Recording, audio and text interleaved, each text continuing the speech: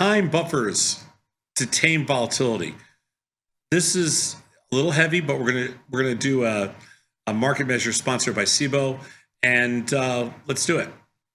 Time buffers to tame volatility. Basically, this is a discussion about, do you want to sell lots of short-term trade? You want to make lots of short-term trades or more longer-term trades? And what does the difference in risk look like? So, because this is a question that we get a lot, but we don't really know how to quantify the answer, but we did for this in this segment. When selling premium, we can adjust the amount of risk and the type of risk that every trade carries. The types of risk you can adjust are duration, volatility, and direction. Mm-hmm. Since most accounts are experiencing higher directional and higher volatility risk, we can adjust duration risk to help mellow out portfolios. A lot of people do not know that. It's a slick way to do it. So duration risk can be thought of as the risk that a trade carries on a daily basis.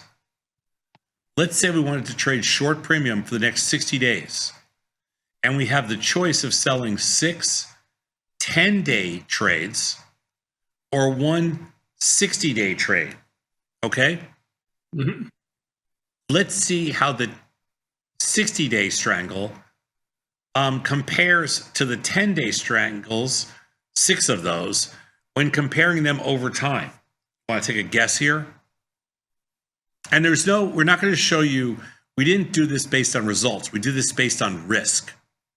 I can't give you that. I don't know.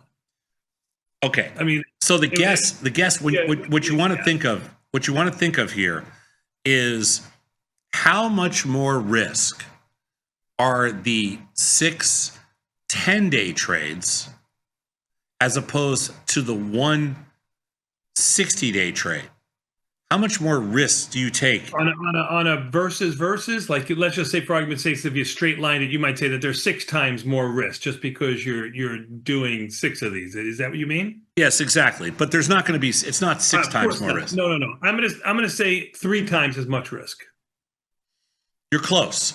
So over 60 days, you could either sell 1 strangle every 10 days or 1 60-day strangle.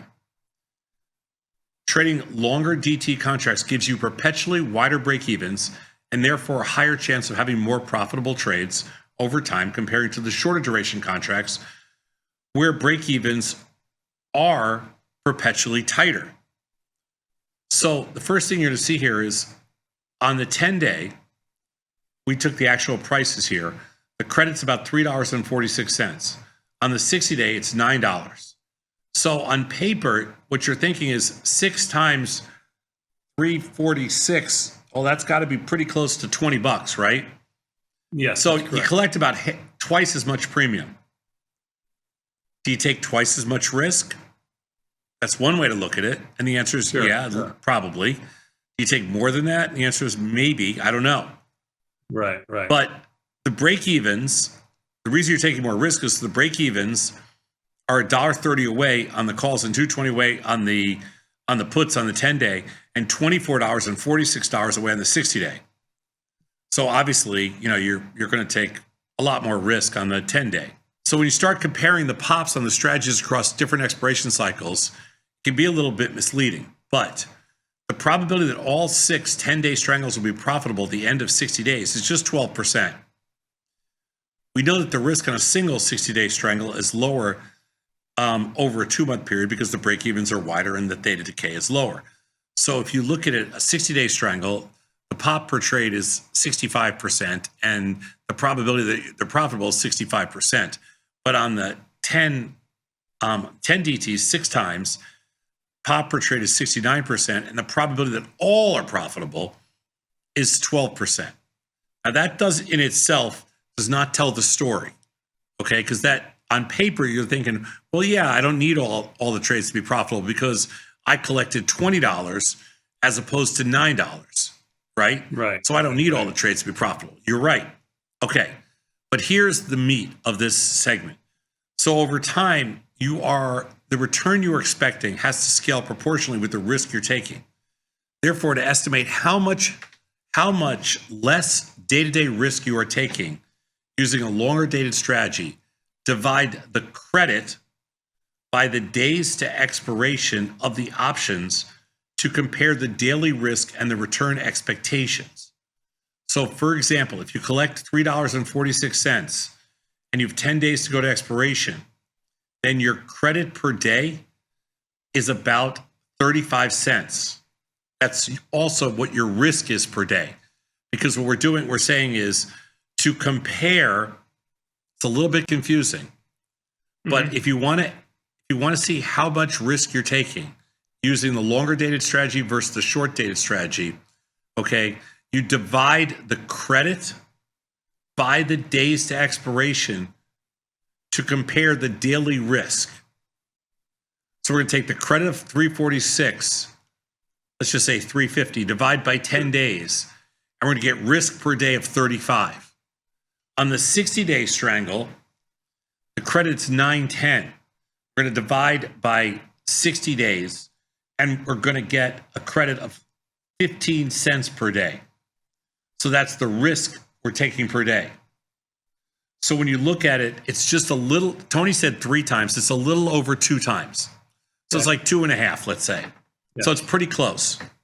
And that's the risk you're taking per day, which is essentially you're taking a little over 2 to 2.5 times the more risk per day when you go out to 10 different, when you go out to 6 different 10-day strangles instead.